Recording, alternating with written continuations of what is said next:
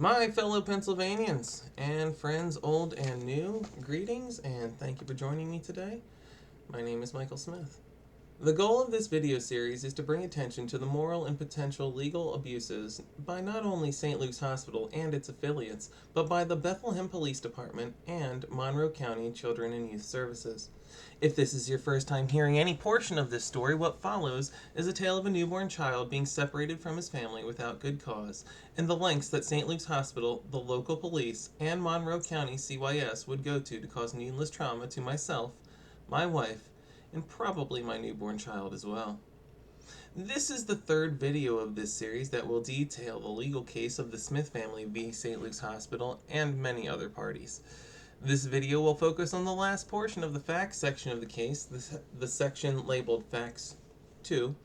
This facts section contains facts pertinent to the case that are out of chronological order, so I may have to give you a little explanation if necessary to help with some context. In terms of its legal nature, this case is a long and winding road, and it can be difficult to recall where the placement of a particular fact is along the 4-day-plus timeline. So if you get into this video and realize that you would like to start at the beginning of this story, there is a link below. And although this link below is to all of the papers I have filed with the court, the complaint being among them, I have been told that you must pay a fee to gain access to these materials. In my effort to maintain transparency in my case, I will be happy to send you any of the documents filed either by or to the court. Just DM me on Facebook or mention it here in the comments section and let me know the documents you'd like to see, and I'll make it available to you at no cost as soon as I can. To find me on Facebook, just look up Michael O. Smith and search for the same black and white picture that is the logo for this channel. One last time, I would like to thank Peter Hall and Leaf Grease of the Allentown Morning Call. See over here. I finally got a copy of the article that they did in print. So I didn't know that we were front page news until I saw it. So this is very encouraging to Grace and I. So if you'd like to read the article for yourself, you can also find that in a link below.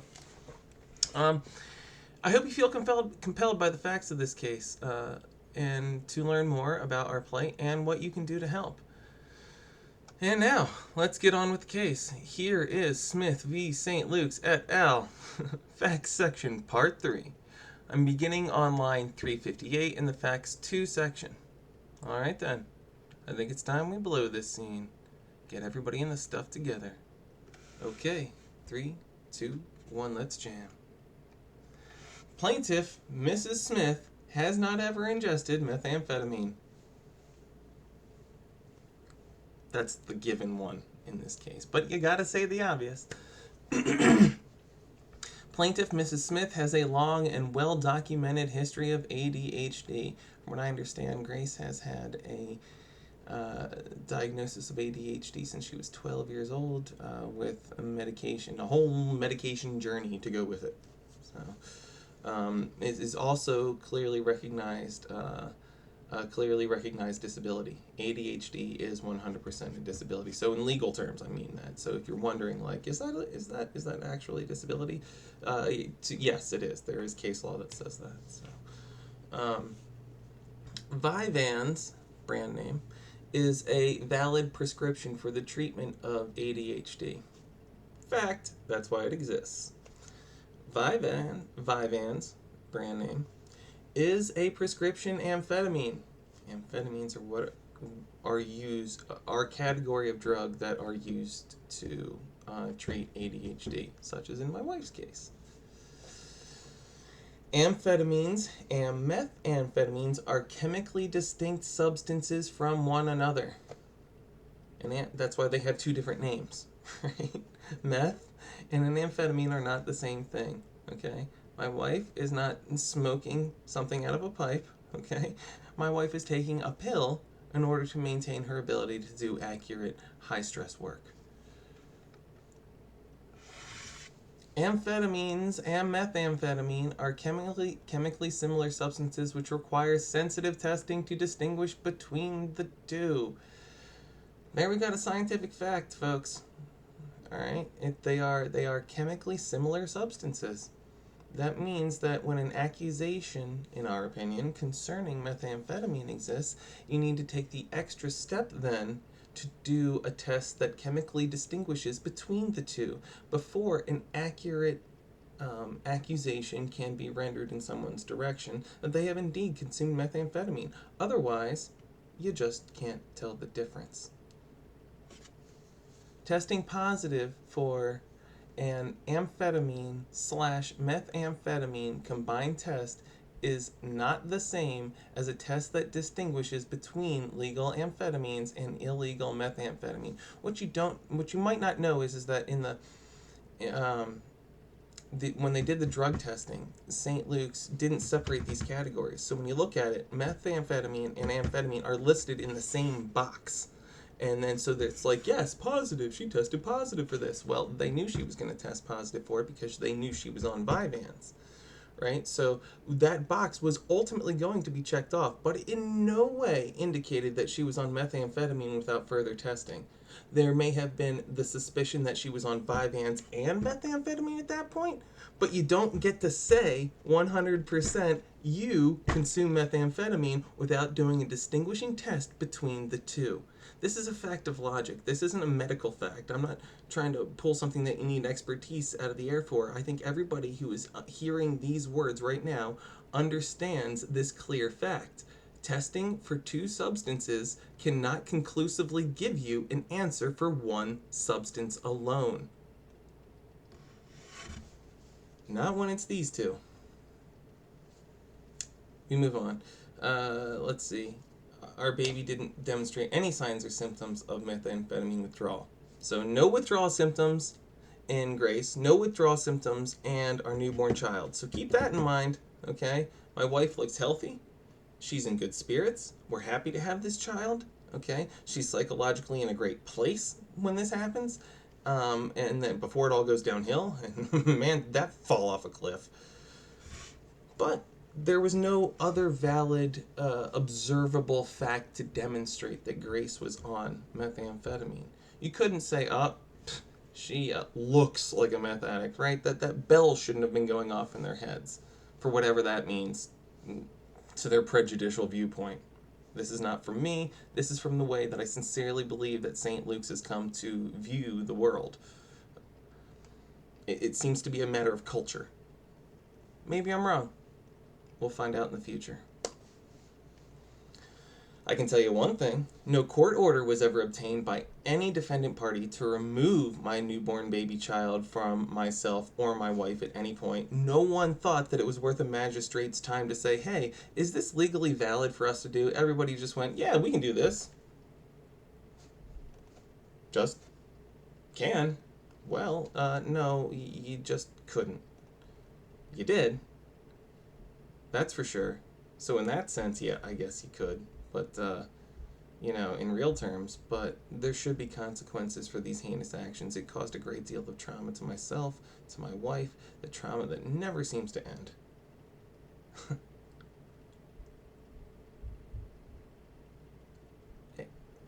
The brazen disrespect for the law is also what gets me there. The law is very clear about when a magistrate should be contacted about when a child is separated from their parents, because the history of keeping a child with their parents and the family intact as a constitutional incorporation through the 14th Amendment is pretty long standing. So I'm not pulling this out of nowhere.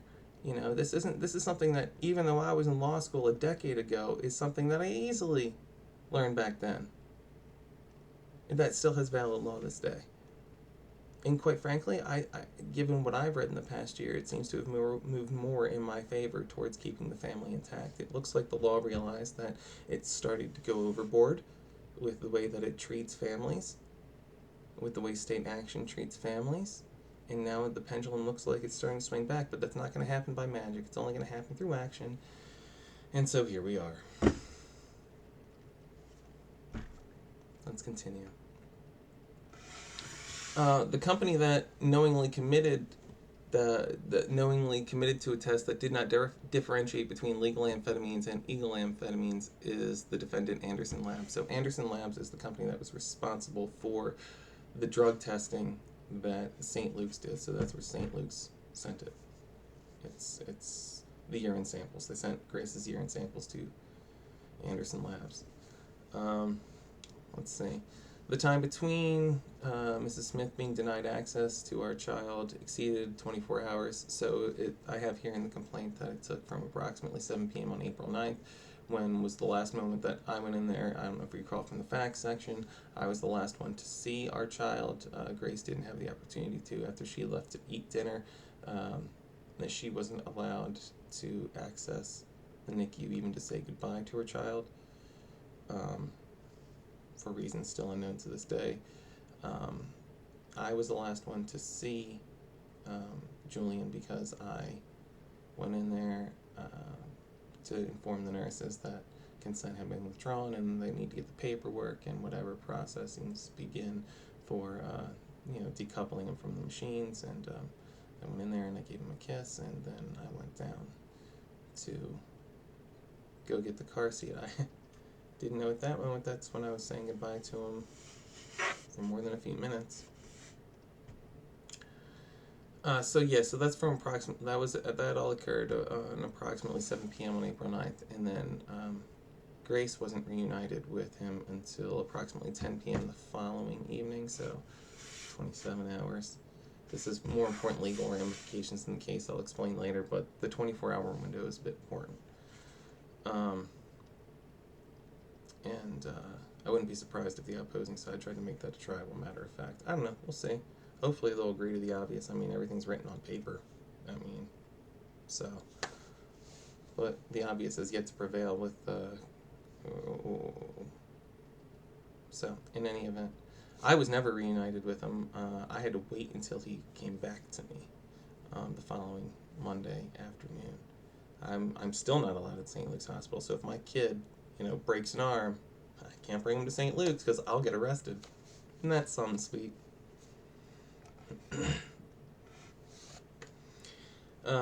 In general, because of the cumulative actions of all the defendants, plaintiff Mrs. Smith was constantly made miserable by physical and mental discomforts and anguish suffered by both through a lack of kindness and any reasonable accommodations for her comfort after she returned. So her life was just more or less miserable. She was treated like a prisoner, not like a mother who had a child in the NICU.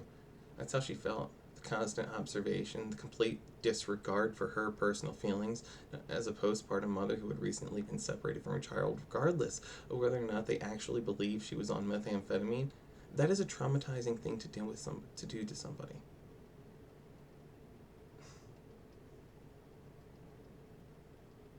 Especially when you don't give them any valid reason and then just readmit them for it. Ooh, nothing changed in the interim. They just, okay, you're allowed back now. Why? Because we said so. Okay. But he's not referring to me. I'm not allowed back. Mr. Smith's not allowed back. Because, well, Mrs. Smith, you're not the problem, implying that I was. To this day, I still don't know what that means.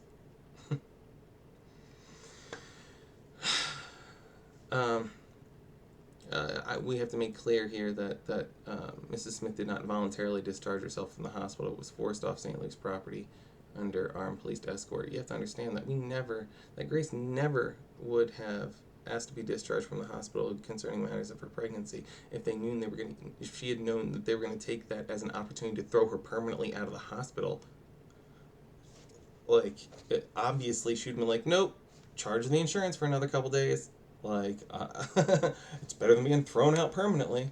Even if they wouldn't have given her access to him, to Julian, even if she hadn't done that, the hospital hadn't allowed that, her being in that proximity, I think, would have been beneficial. Also, she was still having issues, postpartum issues that a woman has. This was not easy for her. She's also disabled. She has had 3 knee surgeries. She's hobbling around those days, pretty obviously. Their giant knee brace.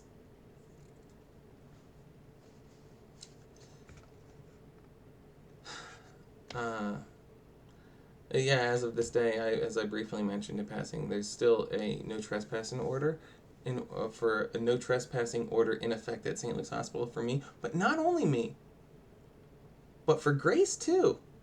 Meaning that they allowed her to come back in the hospital with a no trespassing order in effect with the local police department. With all they had to do then, if they didn't like the slightest thing that she did or said or didn't approve of anything occurring in the situation, they could have called the local police and had her arrested for no trespassing order, for violating the no trespassing order. Was that a part of the plan? Seems like it. Perhaps they'll say it was a convenient oversight or an inconvenient oversight.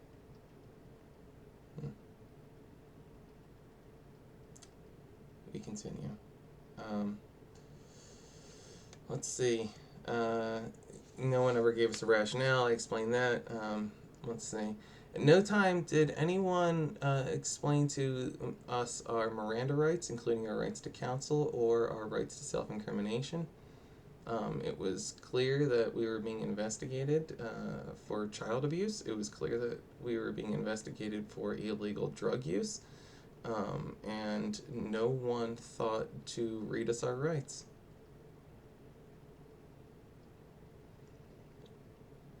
We were under threat of arrest, and yeah, that certainly would have tripped it. But when you're separating a child from their parent, there also needs to be Miranda rights given, because anything that we say is self-incriminating at that point. Any information we give the authorities at that point can and will be used against us.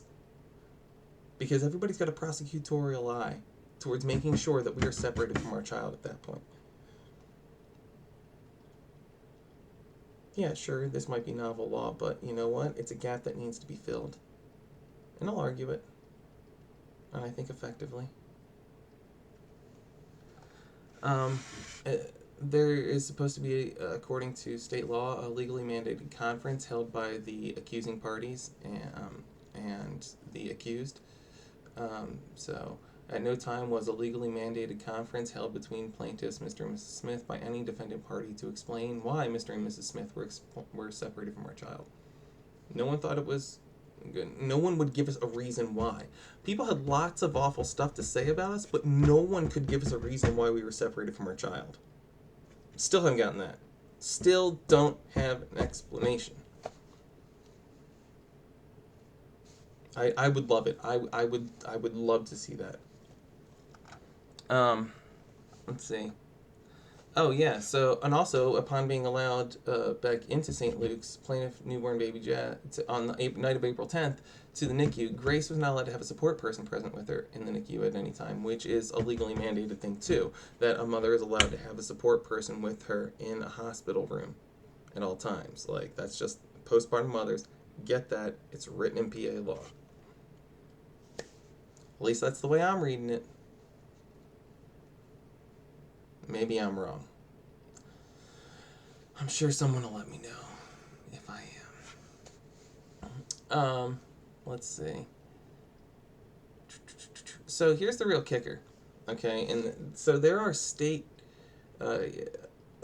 mandated procedures that one is supposed to go through if they are sincerely believed to be on methamphetamine, meaning this, that if St. Luke's had actually believed that Grace was ingesting methamphetamine, they had different protocols for her to take her through. So she would have been separated into, at least other stories I've heard, where the woman actually is on methamphetamine, because I have spoken to women who have unfortunately had CYS in their life. Well, to the degree, I don't want to get political on it, but CYS was involved in their life, and she was on methamphetamine, and there was a whole set of different procedures concerning this other woman that I had spoken to. So, given that I know what those different set of procedures are that are legally mandated, it's very clear. The law says if you believe that the mother has passed on methamphetamine to a child in utero, and that child is born with a methamphetamine in its system and signs and symptoms of methamphetamine withdrawal, then they should be put into a methamphetamine withdrawal specific program. The law is very clear about this, and I've spoken to someone who's actually been through this process, meaning ultimately for our case, what? That they didn't believe their own bull. St. Luke's wasn't buying their own stuff. The stuff that they were accusing her of, they couldn't have actually believed, or else they would have had to illegally invoke these protocols. And the entire time, St. Luke's et al. Is standing on a pedestal saying, we are following the law. We're doing what we have to. This is according not only to policy, but to legally mandated rules according to the state of Pennsylvania. Well, no. let me just hit you with that one. No, and you knew it. And it's obvious so far as you didn't invoke the methamphetamine procedures as told by the state that you were explicitly supposed to engage in. So, have fun with that one, guys. Either way, it's a due process violation. Either they were supposed to and didn't do it. In any event. Let's see. No one asked me for a drug screen. I just want to put that out there. All these accusations being thrown around, nobody, not the state. CYS specifically told me to. Nah, don't do it. I went, okay. So, this means that they were really looking at postpartum mothers as a distinct class of people. It seemed like her gender is what, or perhaps her sex, depending on how you are the individual viewing the situation, but, yeah. Since Grace identifies as she, her, we're going with that. And, at no time was any similarly situated male that would be in the household. Her father wasn't asked for a drug screen. The CYS, when they came into a house, they saw another man in here, a good close friend of mine, and they didn't ask him about, no questions about who he was or what his relation to the child is. See what I'm saying? They were just focused on postpartum mothers and how they could, well, we'll find out why they were so focused on it in the future, I suppose. Let me not put words in their mouth. Let them do that themselves. Let's continue. There was also no appeals process. So from when Dr. Marlino, acting holier than thou, claiming this, that, and the other thing, there was no appeals process for what she said. We had no way. There were all sorts of processes apparently going on behind our back that could reaffirm what she was saying, but there was no way for us to say, hey, this isn't right, to authorities that were separated from her. So no administrative authority ever spoke to us. No one ever, despite the fact of having the traumatizing act of us separated from our child, considered it worth their time to speak to us. Not on the phone, not in person, nothing.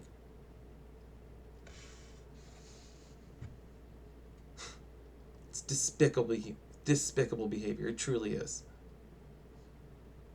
You don't have to believe that I'm legally right. These are not good people acting in a good way.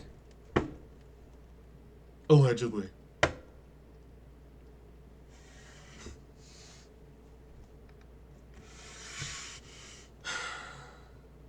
We never got a manual of rights. That's another state-mandated thing. So maybe if we'd gotten that manual of rights from the hospital, we would have been aware of an appeals process. But despite the fact, let's say they tossed it on our cart and we just weren't aware of it and it got thrown in our trash can, so technically they gave it to us. I don't know. Even if something like that were to happen, during this process, somebody could have and should have brought up some of the items therein contained in such a brochure because they have effect outside of that piece of paper. The whole point is to say, hey, these things exist. An appeals process should exist. Does it? Well, if so, no one thought it important enough to put it down in writing for us. No one thought it important enough to come and speak to us about it. That's off the charts disrespectful.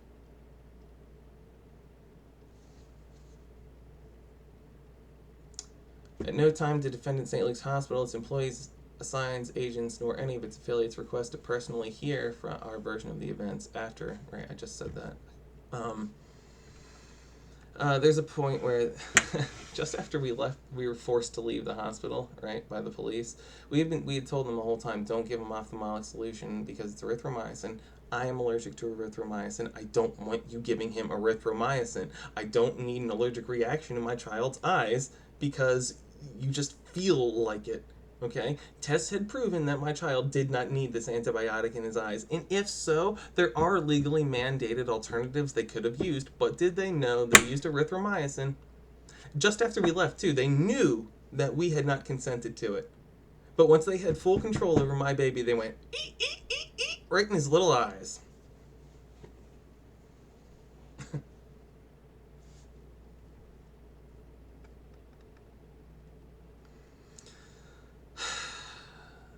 um, let's see. Despite multiple requests, including through Plaintiff Smith family's attorney, the results of the urinary drug screen through Monroe County Children and Youth Services that were collected from Plaintiff Mrs. Smith in defendant St. Luke's Hospital were not ever revealed to us. So they're standing around not closing the case, and we're saying, well, prove it. Our lawyer said, give us the results of your drug screen. Prove it. They never did that. Highly suspicious on their part. I want to find out why.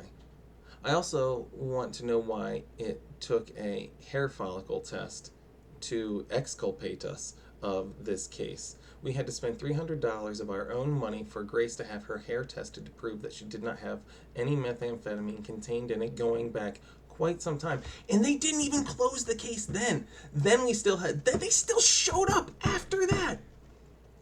The nerve. The nerve. It's just one more demonstration of how Monroe County CYS ignores exculpating evidence concerning matters of postpartum mothers accused of ingesting methamphetamine. From where I'm standing, it's pretty darn clear. And from the other people I've spoken to, we're not alone. So let me make one last fact clear here. Not one person, not a single defendant, St. Luke's Hospital employee, agent assigned, nor affiliate, not a single police officer, nor any employee of any state children and youth agency objected to the heinous treatment of plaintiff Mrs. Smith as being labeled someone who would abuse her own newborn child through in utero exposure to methamphetamine, nor did anyone object to the traumatizing act of splitting up the Smith family. Not one person. A lot of people patting each other on the back saying, yeah, them. Or, oh, they shouldn't have put themselves in such a position. No. Wrong. You are wrong. I'm watching a dream I'll never wake up from. If you found this video compelling and are interested in learning more about the Smith family case against St. Luke's Hospital and its affiliates, please select the like and subscribe buttons below.